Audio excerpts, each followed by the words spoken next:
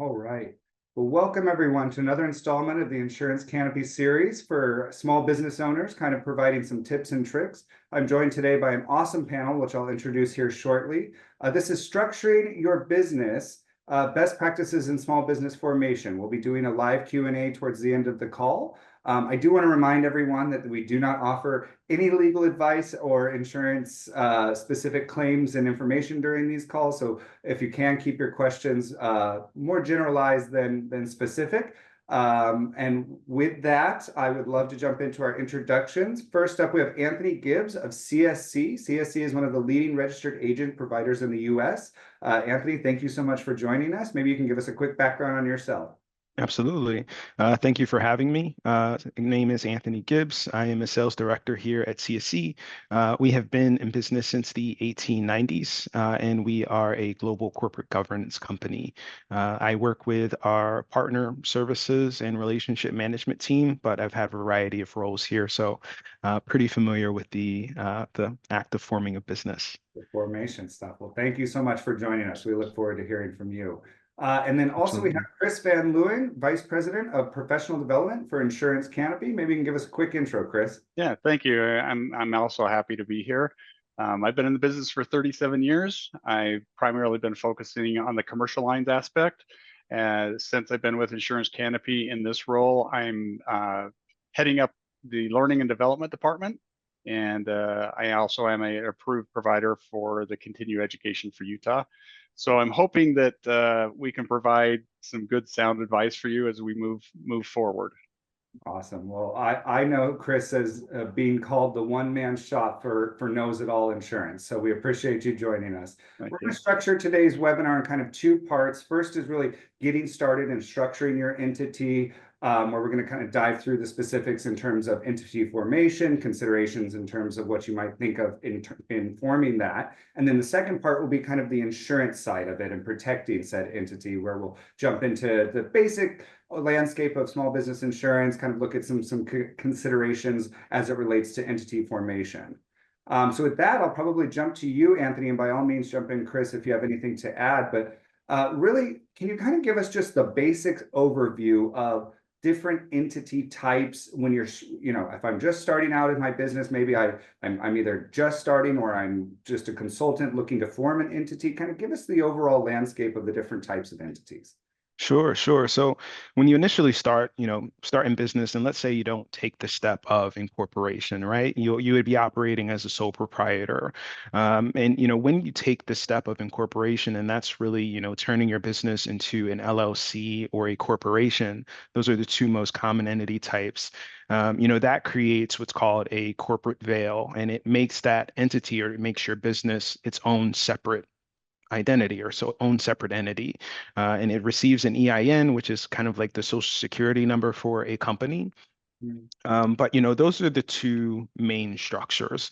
LLC having a more simple ownership structure where it's really just owned by members, and then corporations having a more complex structure where the shareholders are actually the owners of the company, and then the company's operations are run by officers and directors. Interesting. I'm sure we'll dive into that further.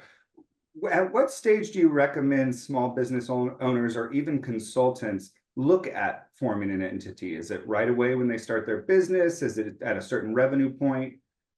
So I would say right away, and it's really because, there's certainly, no one is going to wait to sue you, right? So if you start your business and you do get sued doing business practices, certainly with not having an incorporation in place or not having certain insurances in place, you may open yourself up to have all of your personal assets and everything that you've worked for up to that point under fire. So certainly, when you are going into business, I think it's the best to start immediately and keep everything separate in terms of your business and personal relations. Interesting. So from the beginning of kind of my inception of my business might be the time to look at forming an entity. So let's look at two that you started to describe. You mentioned a corporation and what's known as a limited liability company, I believe, an LLC. Can you kind of describe the differences in those and what I might consider when looking to choose between them? Sure. So the first difference, of course, is that ownership structure, right? So I mentioned that LLCs are, just owned by the members, right? And you can have a company be a member, you can have individuals be a member, and then those are divided by simple percentage ownership. Whereas with a corporation, you have authorized shares or authorized stock that are a part of that company, and then those are divided among the shareholders. And the shareholders are actually considered the owners of that entity. The other big difference is taxation, right? So with LLCs, with limited liability companies, that's what's called pass-through taxation. So all of the business expenses, all of the business dealings, they're really kind of just filed along with the owners, right? Whereas with a corporation, there is double taxation. So there are business taxes that you have to file for the corporation itself. And then the shareholders are then taxed again for their, interaction with the business. So those are some of the two main considerations. And then, the overarching consideration is really where you want to go, what you want that business to look like in the future. Certainly, if you are just, for example, if you have a plumbing company and, you're really just going to be doing that alone. You might have your son or your daughter help out with that plumbing company. It may make sense to just do an LLC and keep that a simple structure. But if you're going to have a boardroom, a conglomerate, you're going out and you're acquiring different companies, things like that, then a corporation is probably going to make more sense for you. Gotcha. Is there a cost difference in the formation between the two? So that's a good question. So actually, when you're forming the company, there aren't many differences in terms of the state fees for forming that entity. There might be subtle differences, maybe under $20. I think Nevada is kind of the largest difference, where it's about $300 difference between an LLC and corporation. But depending on the jurisdiction, there may be greater differences with the ongoing maintenance of that entity. So the annual reports that need to be filed, the annual franchise taxes that need to be paid, et cetera, and also the timing of those things. So, California is a great example. So I think with LLCs, they have to pay the franchise taxes within the first years of the franchise tax board, and the corporations get a year off, but it's still $800 and no one likes to pay that. Yeah, and so I think let's dive into a little bit further. I think we all kind of know in our audience today is smaller businesses, micro businesses, sole proprietors, things like that. So maybe we'll spend a little bit more time on the LLC side of it. Of course, if any of our audience members have questions, you can drop them into the chat and we'll try to address them at the end or as we go. I guess let's break down LLC a little bit further. If I decided to structure my business in that way, is there, from my understanding, there's various levels or different types of LLC formation. Excuse my non-understanding. No, you're fine. Is there different designations? And could you break that down for us? If I decided I'm an LLC, I know there's some other questions to answer in there. Sure. So, I guess, one of the differentiations is member managed versus manager managed LLCs. So with a member managed LLC, that just means that the owner is going to be directly responsible for the operations of that business. And in a manager managed LLC, there's going to be a manager appointed to run those operations. But as far as the structure itself, there is only one limited liability structure, or limited liability company structure. And there's another type of structure called a series LLC, but that's really kind of for if you're going to have multiple things happening with the business that you like to separate without creating an entire different entity. Interesting. Okay, and how would I determine? Is it somewhat based on industry? You would normally go with a member managed or a manager managed, or do you see it kind of across the board based off of how you're going to run your business? How would you recommend that somebody make that determination? Sure. So most of the LLCs that I come across are member managed LLCs. So, in the example I gave with the plumber, right? He's the owner of that business. He's going to be doing the plumbing. So he's going to have a member managed LLC. Where you see those manager managed LLCs are actually, more so in those complex structures where you have a corporation that's owning the entity and they're appointing someone to run the operation. So the LLC is a part of a larger organizational structure versus just kind of someone operating on their own. So for this audience and for micro businesses, I would think member managed LLCs would be more appropriate. Interesting. This is all very interesting. So if I were to look, I've been kind of taking some dollars in, I've been walking dogs or, doing some tutoring on the side. What would be my first step to move towards structuring an entity? Would it be working with someone like you? Would it be contacting a certain entity at the state level? Could you kind of talk us through best practices to take that first step? Absolutely. So the first thing that you want to do is pick a name, right? So you want to name your business, right? Have that ready to go. But after you do that, I would say it would be the best idea to consult with a service company, just because these filings are done with the Secretary of State, and there are forms that need to be filled out. And also, filing with the Secretary of State is not always the most straightforward thing when it's not something that you do every day. So, even though there is a service cost with service companies to get that done, it does save you a lot of time. And certainly if you're working on other things with the business, time is kind of like the most important thing to you. So I would say, it'd be the best to consult with a service company. You don't necessarily need to consult with an attorney unless you have some complex situation. Attorneys are going to be even more expensive. Really forming the company itself is fairly straightforward, in terms of the needs and the structure with a single member LLC. And that's really helpful. I appreciate it. And I've heard kind of this nomenclature that you want to file in Delaware, you want to file in some of these other states. Would you recommend that people file in the state in which they operate, or how do you go about determining what state to even start in?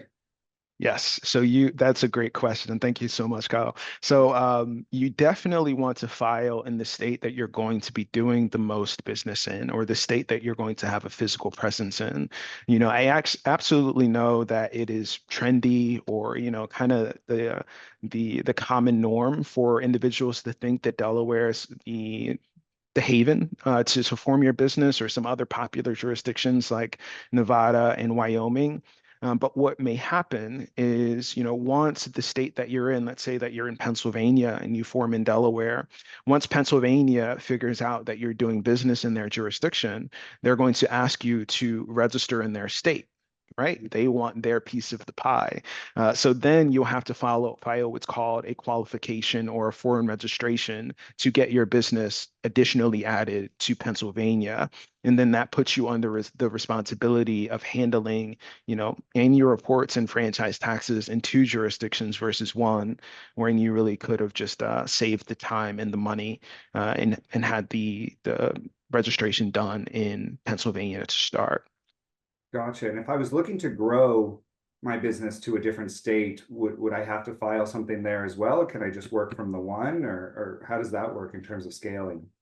You would, in most scenarios. Now, the thought of, do I have to qualify or do I have to register into this jurisdiction, is one that is dependent on a variety of factors.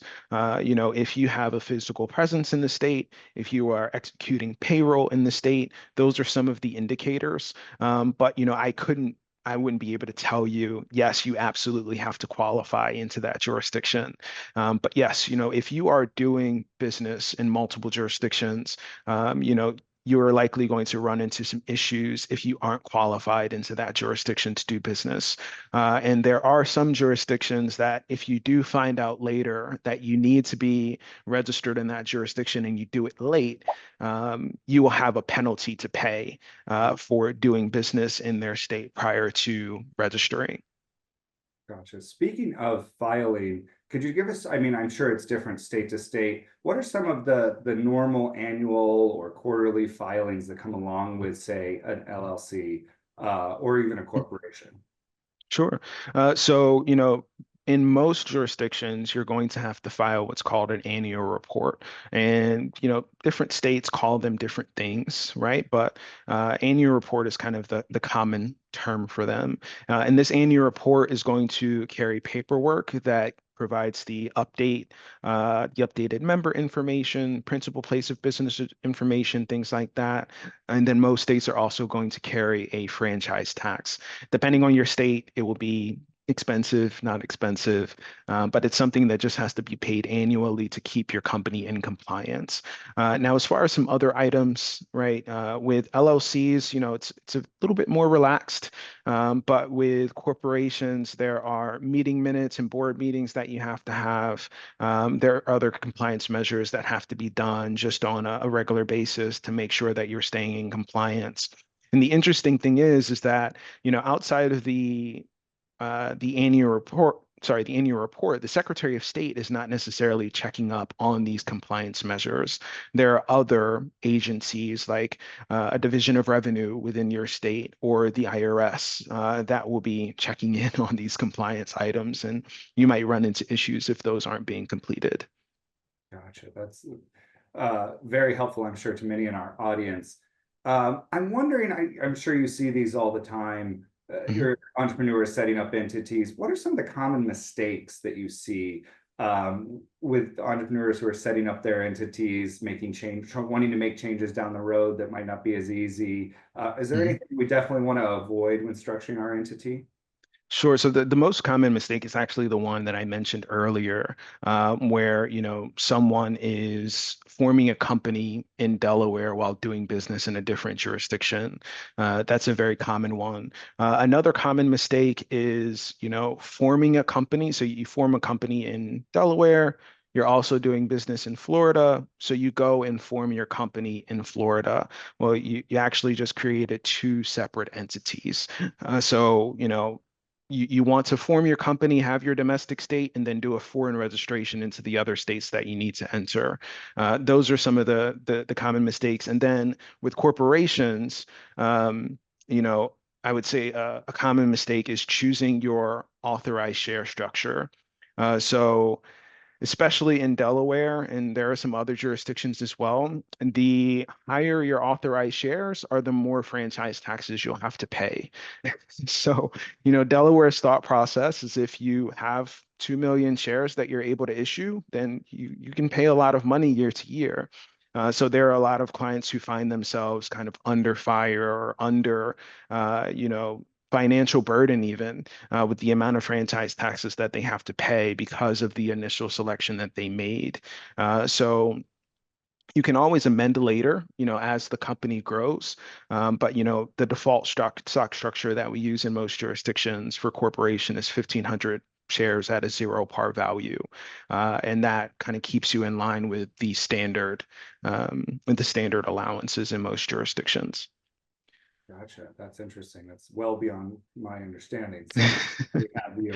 And then Go. Oh, just one more note for New York, specifically for LLCs. They have to do what's called a publishing filing directly after the company is formed, where they actually have to publish in a newspaper, and it has to run for about 6 to 8 weeks. And if you do not complete this post formation, I think they give you about a 6-month window to do this. If you don't do this, then you are not allowed to defend yourself in a court proceeding in the future, which could be detrimental to your business. And this is things that something like your company helps with, correct? Oh, absolutely. Absolutely. Definitely taking your advice in that scenario. Is there any considerations when selecting your structure on your plan, your exit planning, if you're looking to either pass it down to your children perhaps or sell the company? Is there anything you would consider in making that determination from the get-go? Yes. So, it would be, it really does have to do with ownership again, right? And especially passing down, right? LLCs are a lot easier to move than corporations, right? Because of course the ownership structure is a bit more simple. You can just kind of sign some paperwork and change ownership that way. Whereas with corporations, there's a lot more movement. There are shareholders that need to be, considered. They need to make approved approvals, the board needs to approve. There's just a lot more moving parts. So if you are planning to exit in a few years, and there's really no need to involve, all of the complexities, then an LLC would probably be the best bet to go. Gotcha. That's it was a few of the questions, so I definitely wanted to address that. Well, I think kind of got the overview of the different structures and some of the considerations. Is there anything you'd add that you speak to your clients about when coming to you kind of fresh off going, hey, I'm ready to start or grow my business and formation of entities? One more time there, Kyle. Is there anything else Sorry. you'd add that we didn't cover that you kind of share with your clients from the get-go from explaining the formation process? Sure. So, I let clients know that they also want to take care of their internal documents and certainly for those compliance measures. So, an internal document for an LLC would be an operating agreement and I'm sorry, can you still hear me? Yeah. Okay, awesome. So an internal document for an LLC is an operating agreement, and for a corporation, it would be bylaws. And what this is doing is just kind of directing, what that business is going to be doing in terms of operating and in terms of ownership. So these documents are very important when you are going to be doing additional moves like transitioning ownership or making determinations or opening bank accounts in the future. So those documents are also very important to take care of.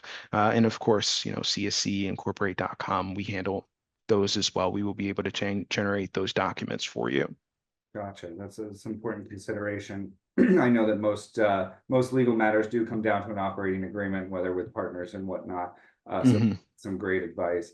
Well, awesome. We really appreciate you kind of giving the overview. We want to take it a step further, I think, and thinking about, I've started my business, I've structured the entity, now what? Obviously, I have to go start selling my services, selling my products. But beyond that, we want to look at kind of some of the insurance and risk implications of these said entities. And so I want to bring in Chris, our resident insurance guru, who can maybe start, Chris, would give us kind of an overview of the insurance landscape for a small business. I've just formed my entity. Is it my first call to get some insurance or what do I do there? Yeah, I what Anthony said earlier is you never know when somebody's going to sue you. And people ask me all the time, can I get sued? Yes, you can get sued. It doesn't mean they're going to win. It just means that you're going to start accumulating legal defense costs and some other things that can be an exposure to your business. So as soon as you get that formation, that entity started, that's when I'd start looking at the insurance. Because once you have an entity out there, even though it's not selling product, you have all types of business operation exposures. You want to make sure you're covered. And depending on the entity, it has to be represented correctly to the insurance company. Because the way that the insurance policies read, if you check an individual, it determines who's insured. For example, with an individual, your spouse is automatically insured. But if you're an LLC, they're not. You have to make them either a member or an employee. So in order to correctly get the coverage and who's going to be insured on that, you have to make sure you represent the entity to the insurance company. So it's not just carrying an insurance policy on myself, it's on my entity. And absolutely. So I might have to for me make that call. And when, imagine I'm jumping into this, I've heard of a few different types of policies. Can you give us a kind of an overview of what I might need, at least starting my business and then I grow? Absolutely. I mean, the standard policies that most business initiate with is a general liability policy. And that's going to cover any third-party bodily injury or property damage that occurs due to your operations. So if you make a product and somebody becomes injured because of that product, you're going to be named in a suit. And that general liability policy will not only pay defense costs, but also pay any judgments and claims and pay for that injury. Slip and falls is the most common one if you have a premises. So the initial is general liability, then it's the property insurance. If you have employees, workers' comp. And so you just start building the portfolio out as your business grows or as your business starts to evolve. So, but initially, always look at the general liability.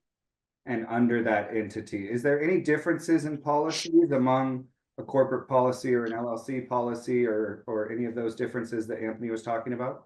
No, what we look at is the exposure of the business, what your business operations are doing. And so that's how we're going to be looking at whether you're going to qualify or how we're going to rate your policy. And, so if you're making candles versus walking a dog, there's different exposures there. And so we got to make sure that we're addressing those and getting the right policy in force. Those policy terms and conditions will roll over whether you're, an LLC or a corporation, because it doesn't affect the actual, exposure coverage. It just affects who's insured.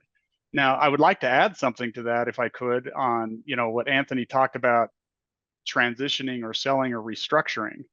It's really important that if you restructure or change a name or change ownership, that you never get rid of the old entity from your insurance policy.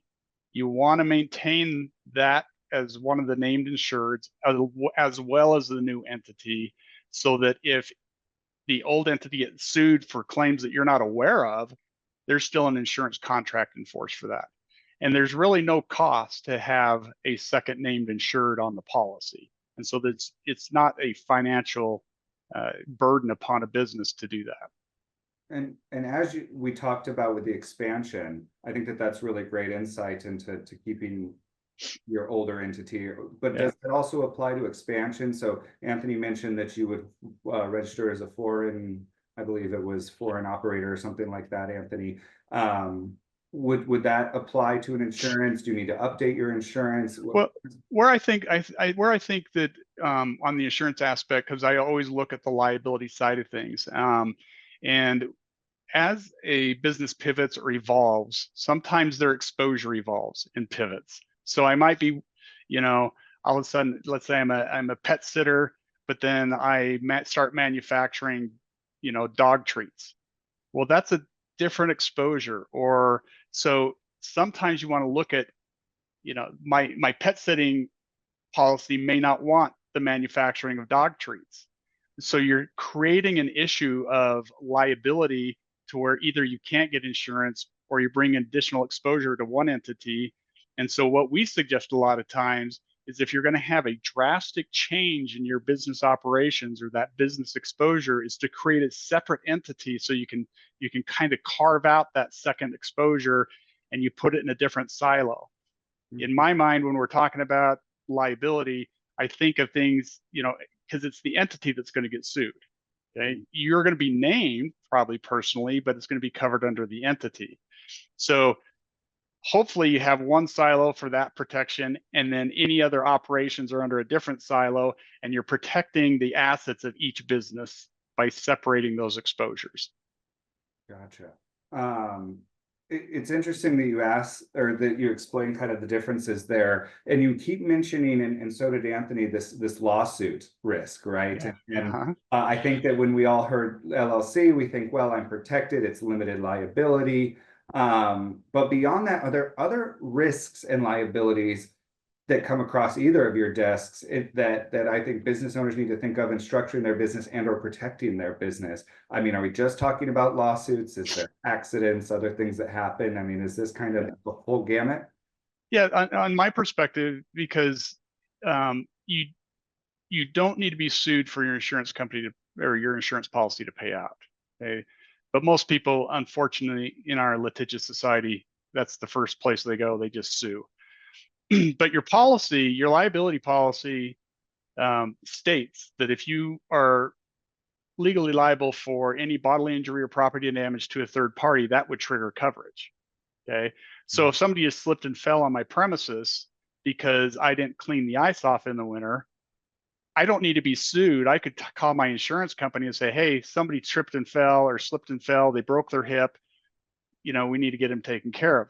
So lawsuits are really prevalent, but insurance policies will pay out in the absence of a lawsuit also. Interesting. And what about something that might happen to me as the business owner? Is that something that I need to insure separately for? Would that fall under liability? I know that's a specific question, but No, that's fine, because if something happens to you as a business owner, there's two things you got to look at. One is if it's a work-related injury, that would be a workers' comp issue.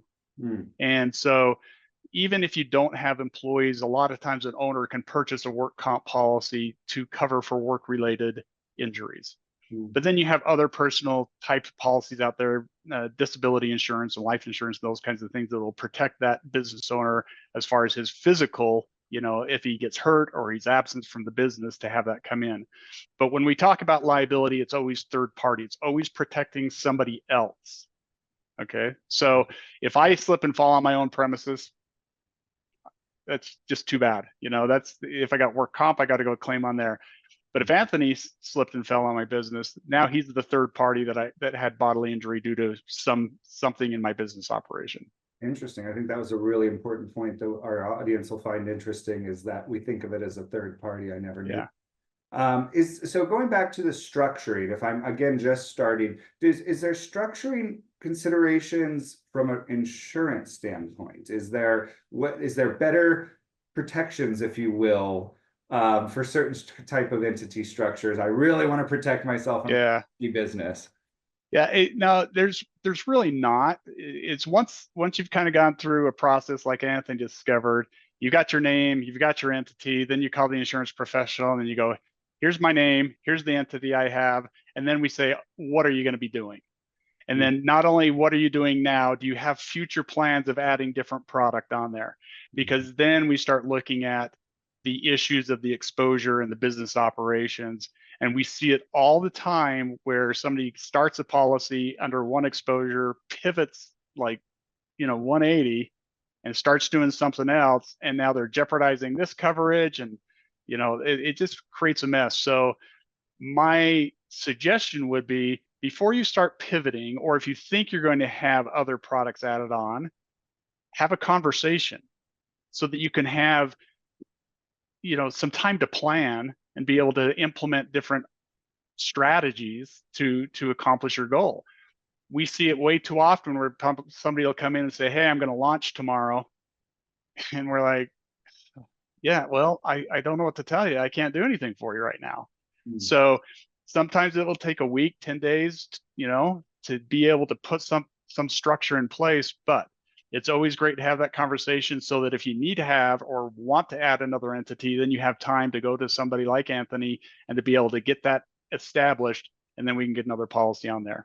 But I know that was a long answer, but no, I think I understood it. And I think I'm going to take this question then back to Anthony, in that if I know that I might expand my business offering, say, I think an example I read recently was I was doing public speaking, I was making money, but then I got into the product side. Obviously, that's a completely different business. Perhaps I set up a separate entity, run my products under one, my speaking under another. Is there if I was planning on that in the future, or if it just kind of crossed my desk as an idea, what structure would you recommend in terms of those entities? Could it be either corporation or LLC? And does one own the other, or is there a global kind of one that owns it all, or how would that work?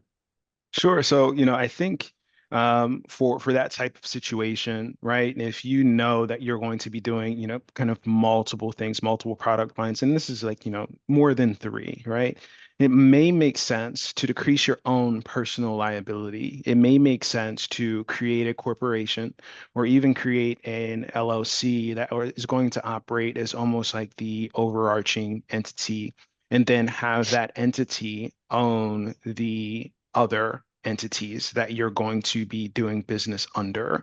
And it's really like kind of creating separation, creating, additional liability, kind of distance, right?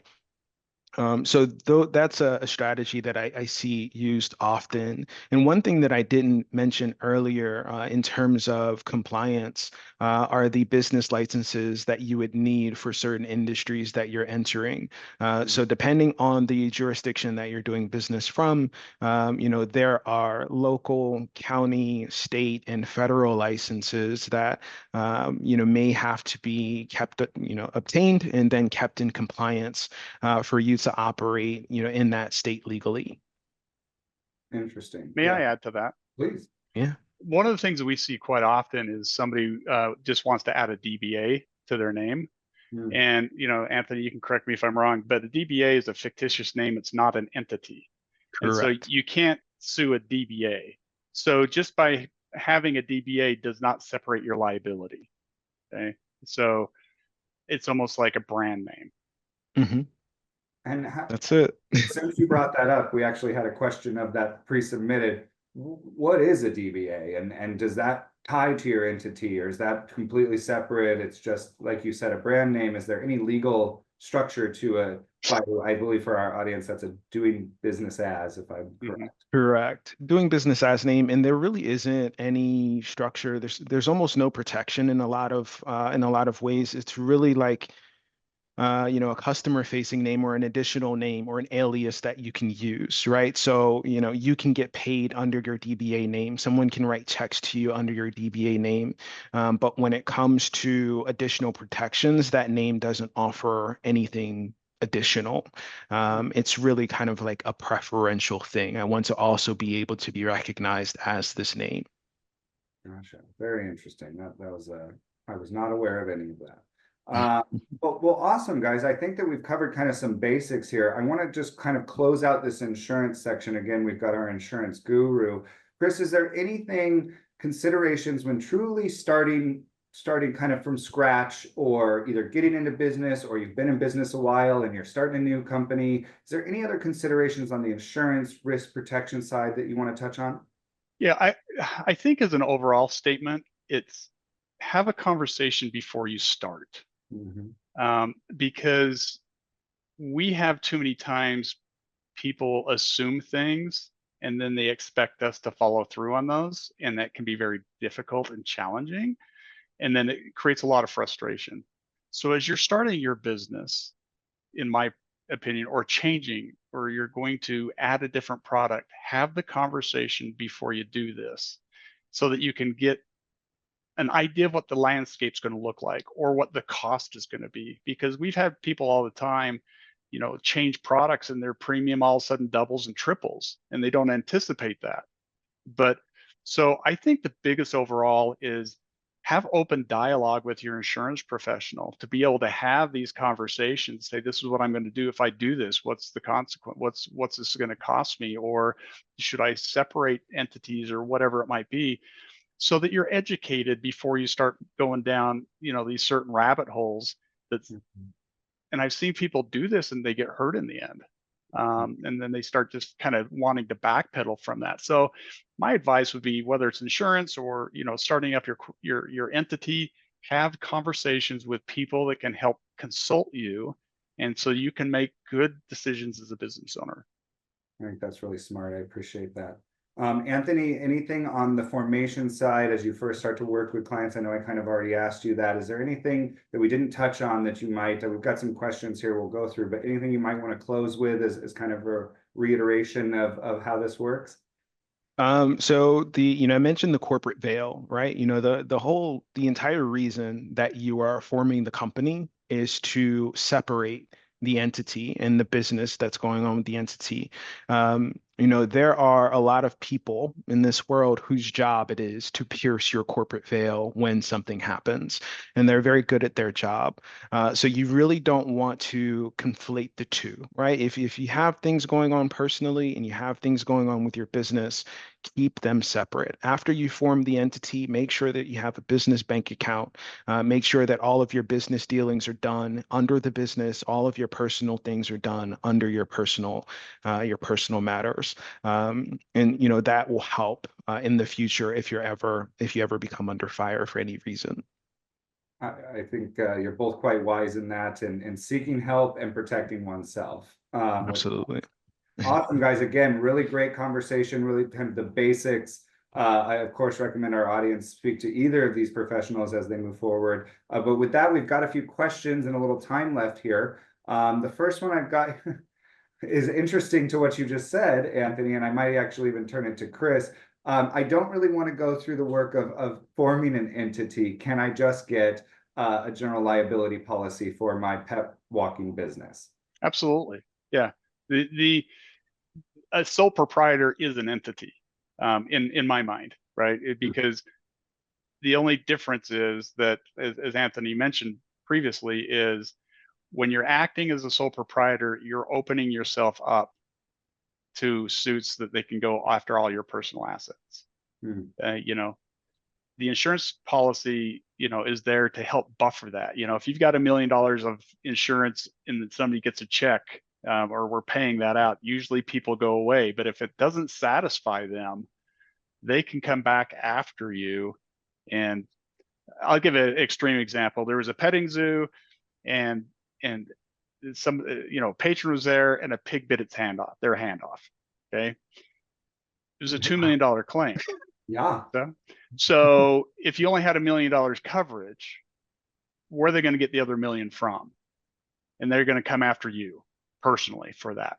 So I know that was kind of I diverted a little bit, but yes, you can buy a policy as an individual, and as your business grows, consider switching to an entity.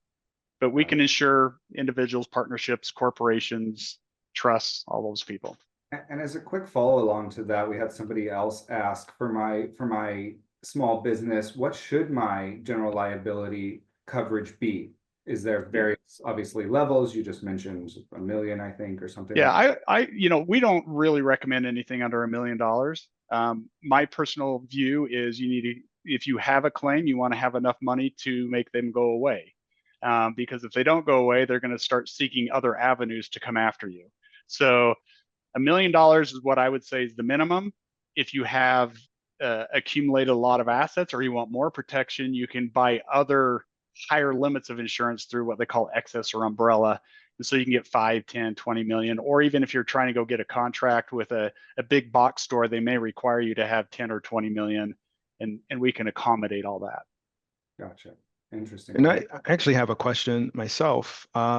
Chris, if someone buys a policy and let's say they have $1 million in coverage, is that $1 million per case, or is that $1 million kind of, they have $1 million per occurrence, meaning that so one claim they pay out up to $1 million, and then they have what they call an aggregate limit of 2 million. So it means that they can have 2 $1 million claims before their policy limit's exhausted.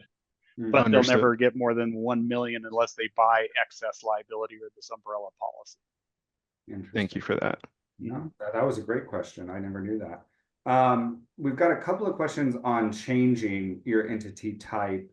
This one specifically says, can I change my business structure after I've already formed it? And if so, how difficult is that process? Sure. So it's called a conversion filing. It really depends on the actual jurisdiction that you filed your company in, because some jurisdictions don't have a conversion statute. The filing to do on your own would be pretty difficult, actually.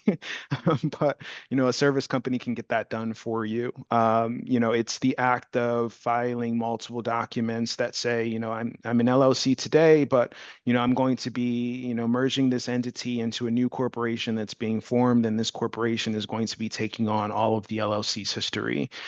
So it can be done in those jurisdictions that allow it. You can also, if you form an estate that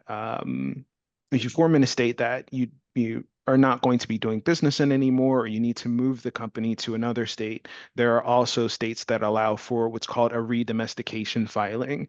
So actually changing your domestic state from one jurisdiction to another. Gotcha. Interesting. Very interesting. Next one here, we actually have quite a few. I'm going to try and abbreviate or combine them, if you will. They're mostly about taking on investor money. What is the best entity type to, in the future, take on investor money? And then I've got a kind of a longer follow-on question that I'm not sure I can go into the full details on, but I'll try to ask it correctly. But sure.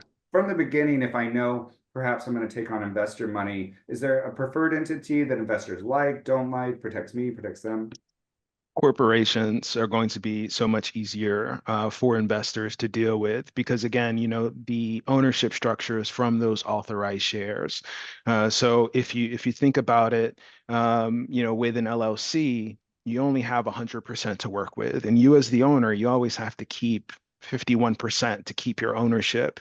Whereas with a corporation, you can really just allocate shares, and the investors can pay what they want for those shares, or you can charge what you want for those shares, and it's determined by the par value. So it's much easier for investors, and this is why you see in the startup industry, each of them forming corporations, and they go through those fundraising rounds with, they're getting in depth with those Series A and Series B shares. But, having a corporation makes it much easier for investors, and that's much more attractive for investors as well. I'm going to try to ask this follow-along question because it's a rather specific claim, and I highly recommend the person who asked it reach out to Anthony to help out from CSC.